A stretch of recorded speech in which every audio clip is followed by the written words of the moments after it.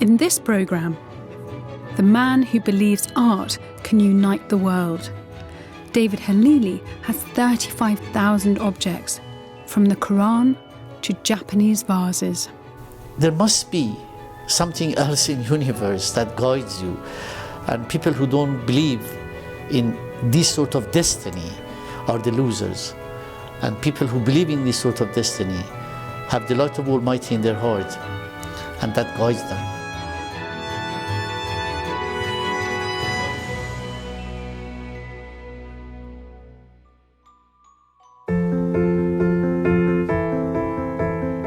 How has Professor Nasser David Khalili managed to collect 35,000 objects in one of the greatest private art collections in the world? He jokes that he did it by only sleeping for 4 hours every night. By lengthening each day, he reckons he's 35, though we know he's in his 70s. In fact, he has the energy of a 20-year-old. Energy which he's used not only to collect art, but also to use that art to promote understanding between faiths. David Khalili is a citizen of the world. Born into a Jewish family in Isfahan, Iran in 1945, he's been knighted by 2 popes, decorated by presidents, and feted by prime ministers.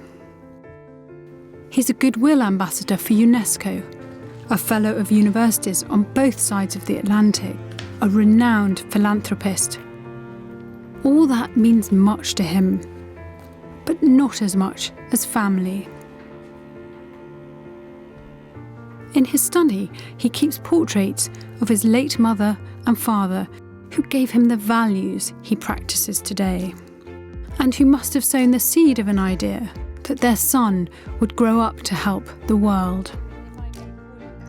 To do it, Nasser David Khalili chose art. If we believe that religion and politics have their own languages, but the language of art is universal, then you stick to the universality of that language. Why?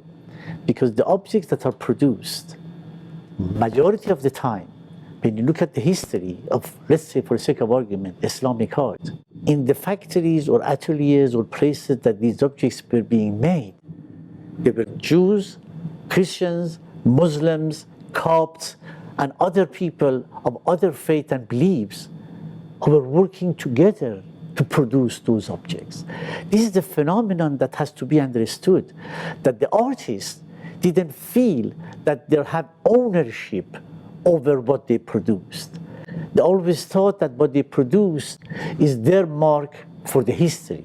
How have you selected what you've chosen to show us today from the wealth of your treasure trove? I think I was utterly blessed to realize that there were a lot of sleeping giants out there.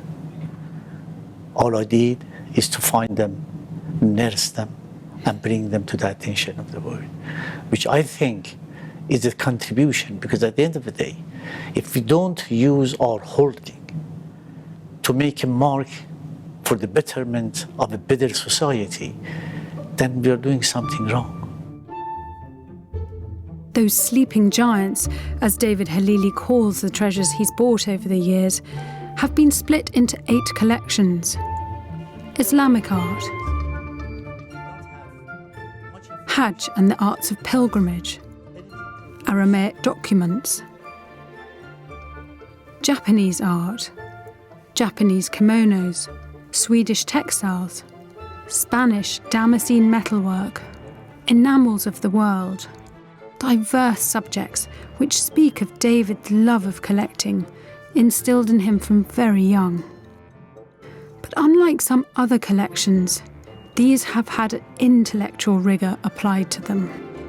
8 collections, 35,000 works of art. Where to start?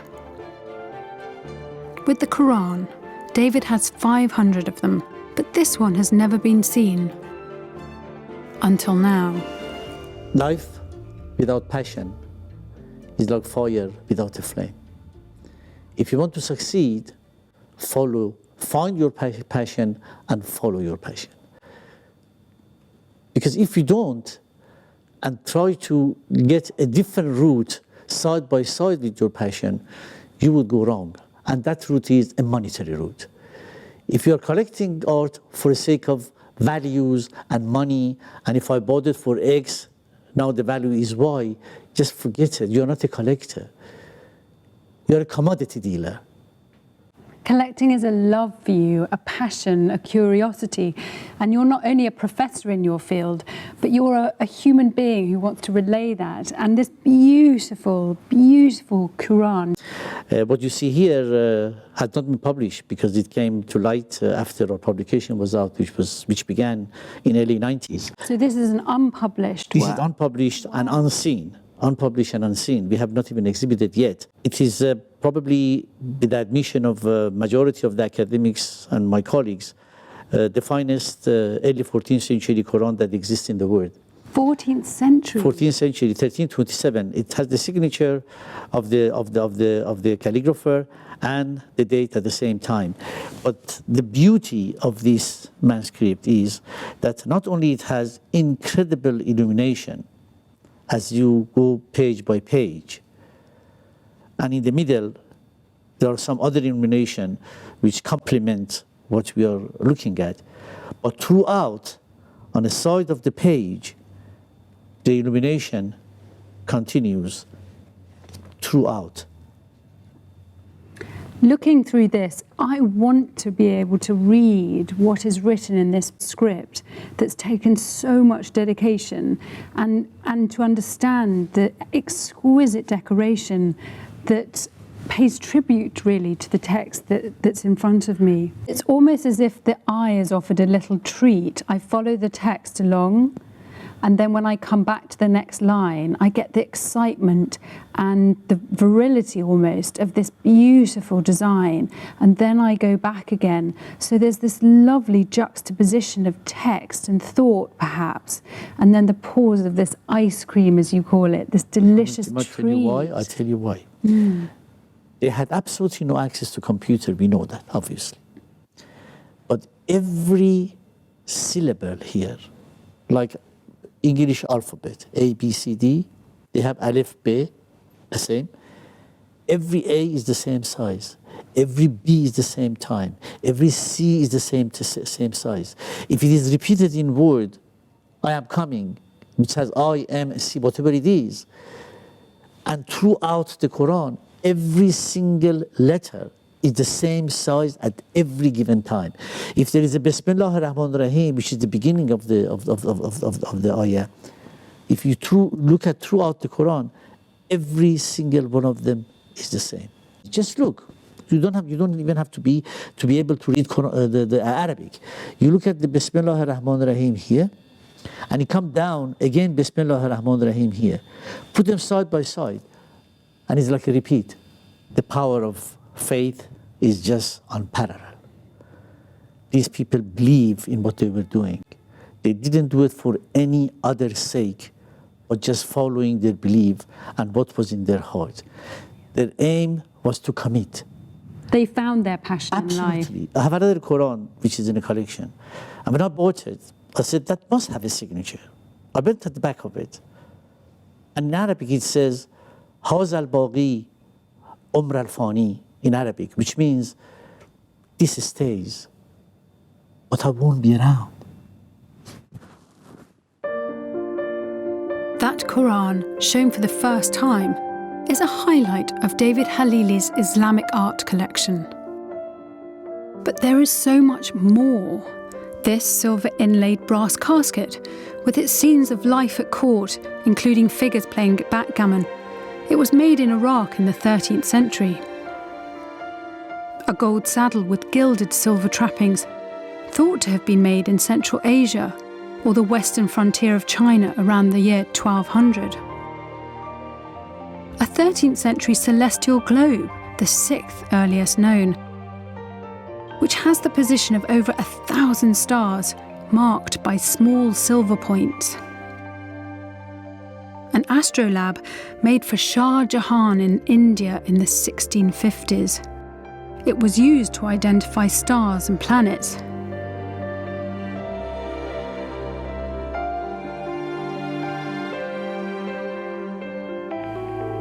A gold box from Mughal India set with 103 perfectly matched Colombian emeralds.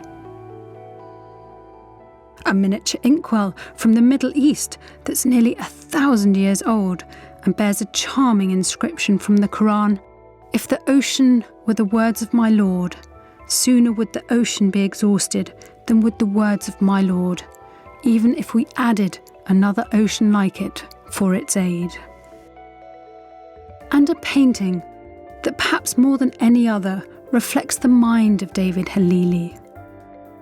It comes, he thinks, from a copy of Stories of the Prophets in Iraq or Iran in the early 15th century and has a unique depiction of the prophets of the three monotheistic religions.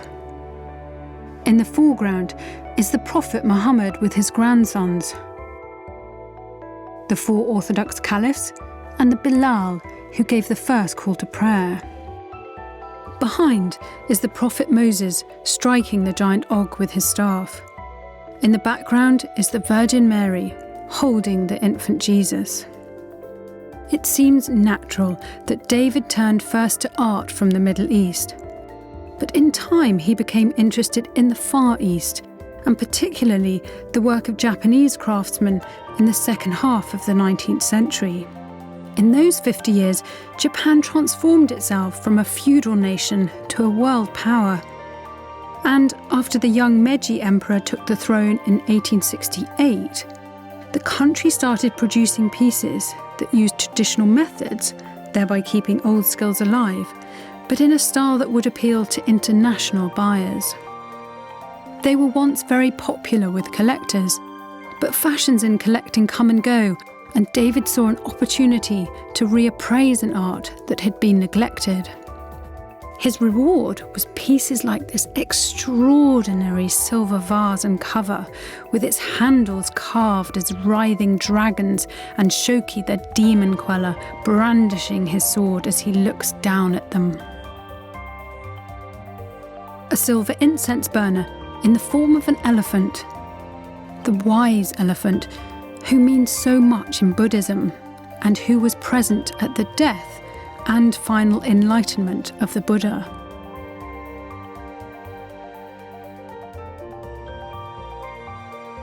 Is it a photograph? Is it a painting? It's neither. The Japanese had this gift of translating what was in their imagination incredibly successfully in any form and shape and whatever they produced. And here there is no exception. This is silk on silk. It probably took them a very, very long time. In the beginning, when I was introduced to a few of them here and there, they were not appreciated at all. And I realized that whatever and wherever I have an opportunity, I'm going to buy them and bring them to the collection. We have about, 70 or 80 of them in different form and shape. But the translation that imagination to what we see in front of us is a gift. It's not something that any artist can have. And here you see the optimum of that imagination and translation of it. You look at the water and you think you could touch the water. You want to get close to it and feel the breeze. Is as important and as impressive as that. And when you look at something like that, it calms your blood pressure down. It gives you joy because you feel that you're standing next to the nature You could touch the nature, but virtually in your dream. You really do. I'm there. I feel like I'm there. This embroidered piece was part of a major exhibition in the United States, visited by the Japanese ambassador. Expected to spend only a few minutes, he stayed for an hour and a half. Like others who saw it, the ambassador could not believe this was silk on silk. And his reaction to the collection delighted David Khalili. After the exhibition, we walked out, and he was asked by the governor, "Sir, what do you think of the exhibition?" And without hesitation, he looked up and said, "Today, I'm proud to be Japanese, and I'm speechless." That is the strength and scope of culture, art, and dedication that you could have upon other people. No other event can bring that sort of pleasure and honesty out of you. I totally agree, and this art makes you absolutely breathless. There are no words to describe it. Though David Khalili's collection of Japanese art comes from a very small moment in time, the last 50 years of the 19th century, the collection of kimonos covers 300 years of Japanese textile art. Of course, the shape of the kimono hasn't changed, but what is astonishing is the variety of designs. Decoration matters. Clues to age, status, wealth, they're all to be found in the choice of pattern and colour. I find this focus on specific periods fascinating. In his Swedish textile collection, why did David choose a little-known art that flourished in Scania, a region in the south of the country, for 100 years from the middle of the 18th century? Well, why not? The colours are as vibrant today as they were then, and David was attracted by what he calls the sense of joy in these objects. And all this started in Iran nearly 70 years ago.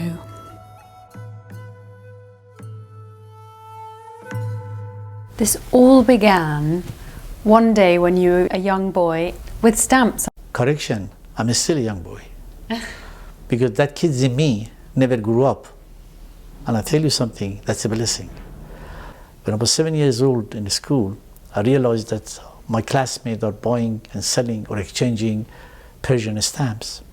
So I got involved, and in no time at all, I used my lunch money to buy stamps. So after a while, I put a group of stamps together and realized that it's a nice album. So I sold the album. Let's say the album cost me 5 shillings for the sake of argument, and I sold it for 4 or 5 times more than what I paid for. And I said, it's not a bad idea to start collecting maybe old notes. In actual fact, I have a lot of them yet. So I started to collect old notes. I never in my wildest dream realized that I'm being put on a fast track to do something else. And family is very important. The principle in our family is very simple. It's me, our 3 sons, and my wife. So I consider our family a house of harmony. I'm one pillar, our 3 boys are the other pillars. The roof is my beloved wife. And this way we could live without rain and without a problem and have a house of peace and harmony. If everybody in life try to continue this sort of philosophy in their family, showing care, showing harmony, giving quality time to their family and to their kids, and treat them as equal, then we have a much better society to live in. David Khalili's collections vary in scale and intention. The aim of Enamels of the World is to understand the significance of enamelling globally. We can only wonder at the skills of those who decorated items like this finely painted enamel gilt copper throne table, possibly one of only 2 in existence. The other is in the Palace Museum in Beijing.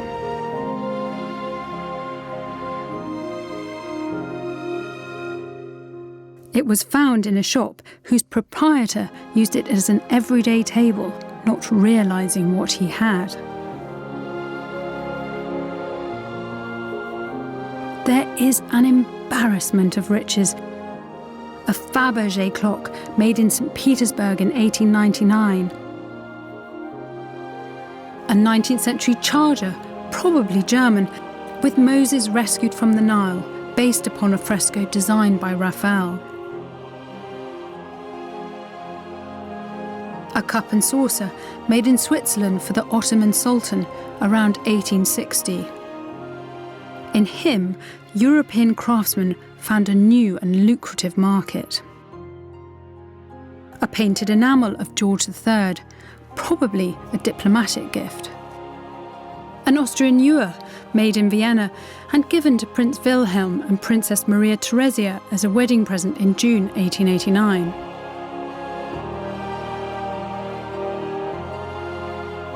And a pilgrim flask from China, with its handles cast as dragons and with peonies in the decoration. The peony was a symbol of wealth, honour and nobility. Also from enamels, David has a vase he's just added to the collection. When I bought it, I was lost. I said, could it be Russian? Could it be English? Could it be French? Where does it come from?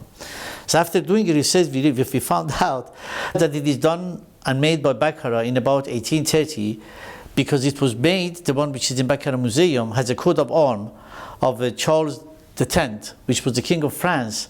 Now we know the date and the time, and it has the coat of arms. This one obviously is different, but the whole technology of being able to have not one color, which is gold, but 7 or 8 different colors, which has to go to the kiln, because when you put the colors, for each color, it has to go into the kiln once.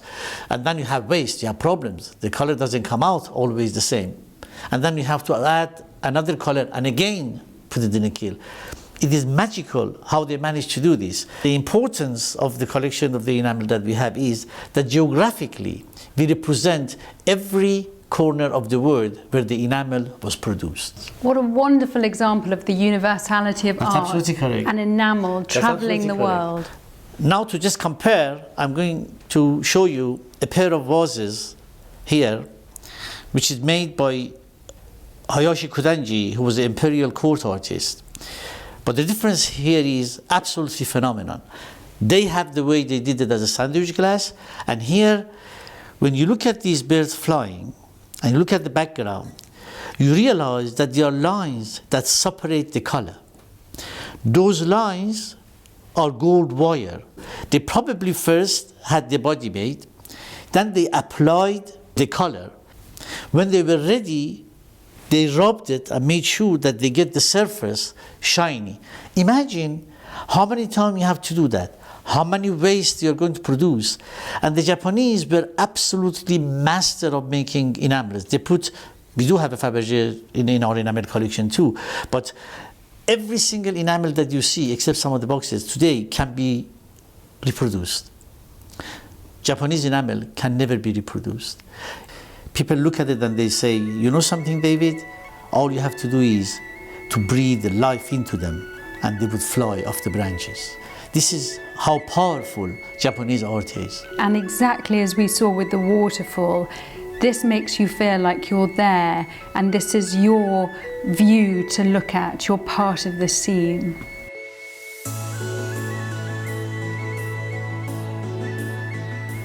These vases are pure poetry. The turtle doves that fly from branch to branch between each vase, the foliage that drips down each with the most delicate gold tracing in between, and I can almost smell the magnolia flowers. If you were the emperor, this is exactly the sophistication and perfection that you would expect from the imperial court artist.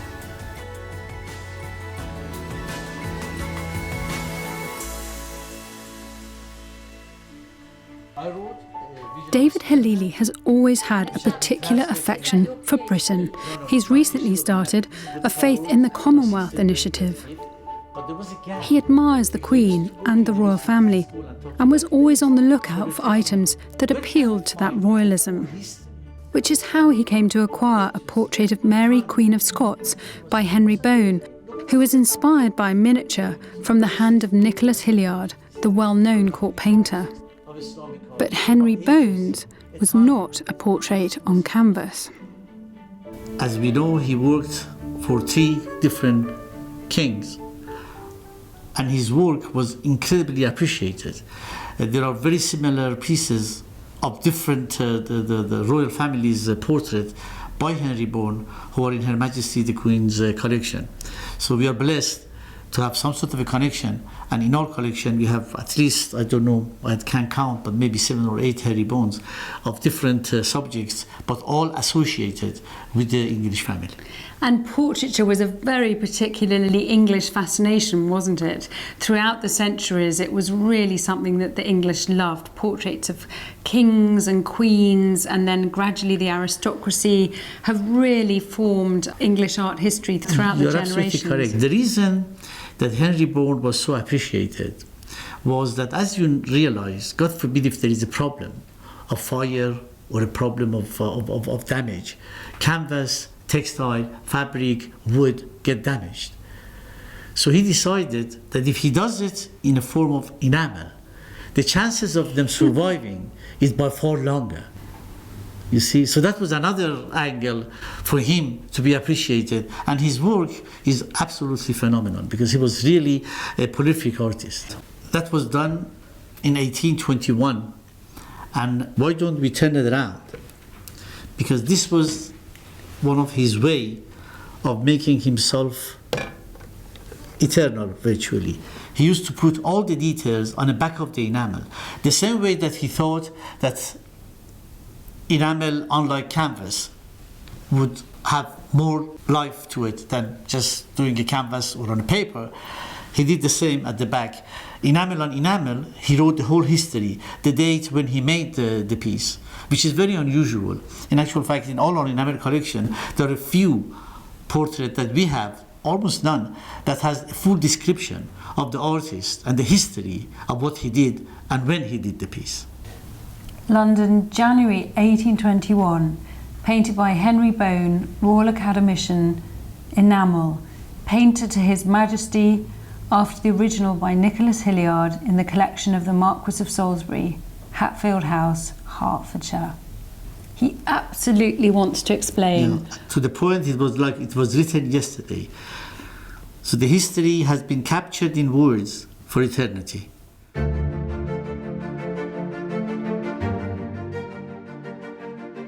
It's not too much of a leap from enamels to metalwork, and David Khalili has an exceptional collection of Spanish Damascene metalwork by the master Spanish Damascener Placido Zuloaga. Damasquino is the art of decorating steel with threads of gold and silver. And few were better at it than Zuloaga, who lived and worked in the Basque town of Eibar. His creations, like this chest from 1871 and this pair of urns made 6 years later, won 36 gold medals in international competitions. There's a nice story here. The pieces David Khalili acquired were previously owned in the 19th century by the British collector Alfred Morrison. So they've gone from one great collector to another. David Khalili shuttles between the capitals of the world, promoting interfaith dialogue. In knighting him, Pope Benedict said he had the wisdom of 3 religious leaders: a chief rabbi, a cardinal, and a grand mufti. When François Hollande made David an officer of the Légion d'honneur, he called him a man who works for peace. Through his family foundations and trusts, David has always loaned his art to national galleries and museums, all the time keeping an eye for pieces he can add to his collections. he spotted a scroll that revealed something rather amazing: the secret conversion of a Ming emperor to Islam. And David became intrigued by the idea of a Muslim community springing up in China. Did they, he wanted to know, take part in Hajj, the term given to the Islamic pilgrimage to Mecca? It's typical of his restless and inquiring mind. Till about 20 years ago, we did not have much information about anything produced for the Muslims in China. Till by total coincidence, there was a sale at Sotheby's, and I realized there was one portion of Quran, one juz, which belonged to the Ming dynasty. So I bought that, and I thought maybe others would appear, but nothing appeared for a while. So I decided that there must be more object, because I read somewhere that in 15th century Ming dynasty, one of the emperors secretly converted to Islam. And there is a huge community of Muslims living in China. So I said there must be more, and there must be other people who have produced these objects. So I got in touch with all my contacts, and in a matter of almost 20 years, we put together probably one of the biggest group of objects belonging to the history of Muslims in China. And this scroll is a good representation of history of Hajj. How they knew about Hajj at that time, we don't know. This is signed. The artist is called Ayub. It's mid-19th century. And there is another one that we own, probably by the same artist. And we have a lot of Joseph Quran and complete Quran in Chinese of the 19th and 18th century. But the fascinating question here is, at that period, we don't know how many Chinese took the opportunity to go to pilgrim, to become a pilgrim and Haji and go to Mecca. So probably somebody went, probably somebody saw photograph or painting of Mecca and Medina and used the visual and the belief combined, went back to Quran, picked up all the surahs that belong to Hajj and the genealogy of the Prophet, and created a scroll that virtually, almost pinpointing without a mistake the entire history of Hajj in almost 5-meter scroll that we see here. These panels represent different passages from Quran. This one has a name. This has the Prophet's name, peace be upon him. You come down, again you have a prayer for Hajj, which is in Quran. Here it starts with Bismillah ar-Rahman ar-Rahim, which is a typical beginning of every surah in the Holy Quran. Then you come further up, you have Maqam Ibrahim, you have Mecca, you have Port of Medina, and then you say to yourself, where did they get the information from? Because they were Chinese, they used flowers, and here they put a typical surah from Quran, La ilaha illallah, Muhammadan Rasulullah. There is only one God, and Prophet Muhammad is his prophet. Wonderful. Hajj and the art associated with pilgrimage is a vital part of David Khalili's collections.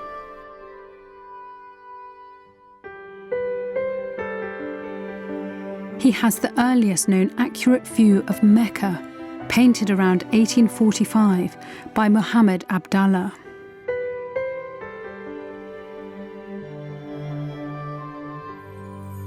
The pilgrim caravans that departed Cairo and Damascus for Mecca took with them a mamal, a silk tent which symbolised the authority of the Ottoman Sultan over the lands of the Hijaz, what we know today as Saudi Arabia.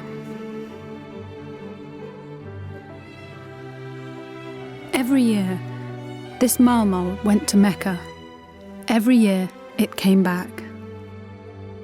It has survived for nearly 400 years in such good condition that we can still read the Quranic verses embroidered in silver on the silk.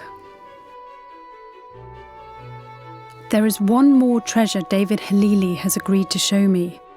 It comes from the collection of Aramaic documents.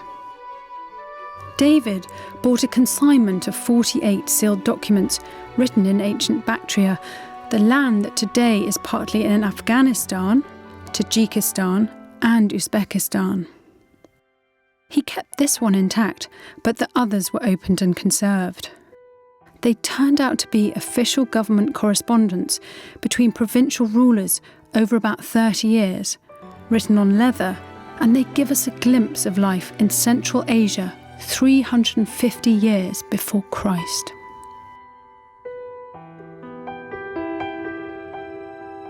The Achaemenid Empire came to an end when the kingdom was captured by Alexander the Great. And we can reach out and touch that history on David Khalili's dining room table.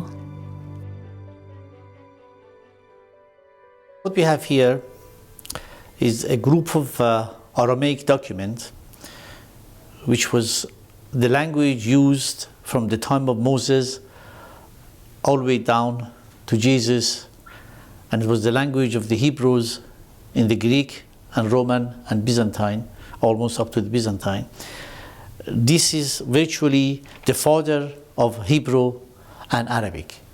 But the significance of this specific one that you see in front of you is that for the first time in history, you see the name of Alexander the Great in a corner here. But it doesn't say Alexander, which is the name that everybody calls him. His real name was Alexandros. And in this document, the word Alexandros is used for the first time. It's really hard to express the feeling of looking at a document from 2,500 years ago, just how powerful the impact is, that this is a record of one of the world's greatest military leaders and the inventory that describes his reign. And imagine that after 2,500 years, something which was hidden is bringing light to the history that was partly unknown. What a beautiful example of the custodian you are of historical artifacts. It sometimes dawns on me when I wake up and I don't sleep that much, only 4 hours a night. Since childhood I was like that.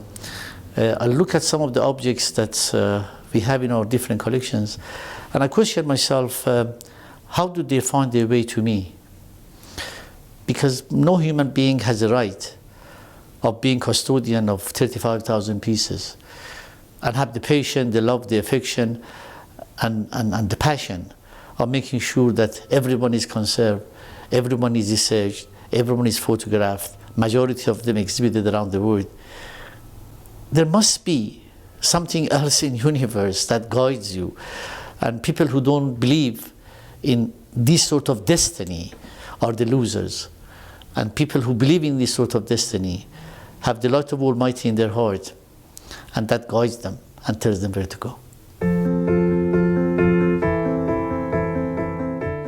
So here is the boy who started out collecting stamps and ended up as a man who holds what is recognised by many nations as one of the great private art collections of the world.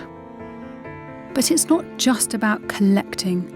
We know that David Khalili considers himself a custodian of this treasure trove rather than its owner, and he wants to pass it on in the best possible condition. That means investing in restoration and maintenance, and crucially, in scholarship. Every single aspect of it, the publication, the conservation, absolutely incredible. The scholarship, a lot of people are saying that it's parallel to the collection because your publication is the testimony to the collection. So it has to be in par with the power of the object, because unless you pay tribute and you pay attention to the quality of the piece and do your best to photograph it and show it the way it is to the best of your ability, then you're not doing justice to the object. David is rightly proud of the intellectual rigour that's been applied to the 8 collections in order that future generations may understand them better. And it's not over yet. So far, we have completed, that was in 1992, we have completed the 9 volumes of Japanese, we have completed 22 volumes of Islamic, we have done all our exhibition catalogs, We have done all the academics one, which is 1, 2, 3, 4, 5, 6, 7 of them, which are the academic. We are picking up certain areas in Islamic art which needs to be academically enhanced. You may think that David Khalili's work is done. You would be wrong. He is the man who rarely sleeps, whose enthusiasm for art and life inspires everyone he meets. And when you are one of the great collectors of the world, there is always something more to do. What do you see as the future? I'll tell you, at this stage of my life, with the permission of my family, I came up with a sort of a square rules of what I want to do from here onward. The rules are very simple. I said that I have to look after myself, I have to look after my family, I have to look after my friends, and I have to do my charities. In this order. And I'm hoping and praying that with the help and support of my family and the group of trustees behind us, who are very eminent people, one day we would have our own museum, which is belong to the family for generation to come, with the proper endowment, and we could fully share our ideology, our passion, our love, our way of life, and our experiences with the public who would come to see what we have done with 35,000 pieces, with 100 publications, and hopefully the message that we are going to have for the visitor who would come to see the exhibition, even if we could change a life of one person, I think I have fulfilled my dream.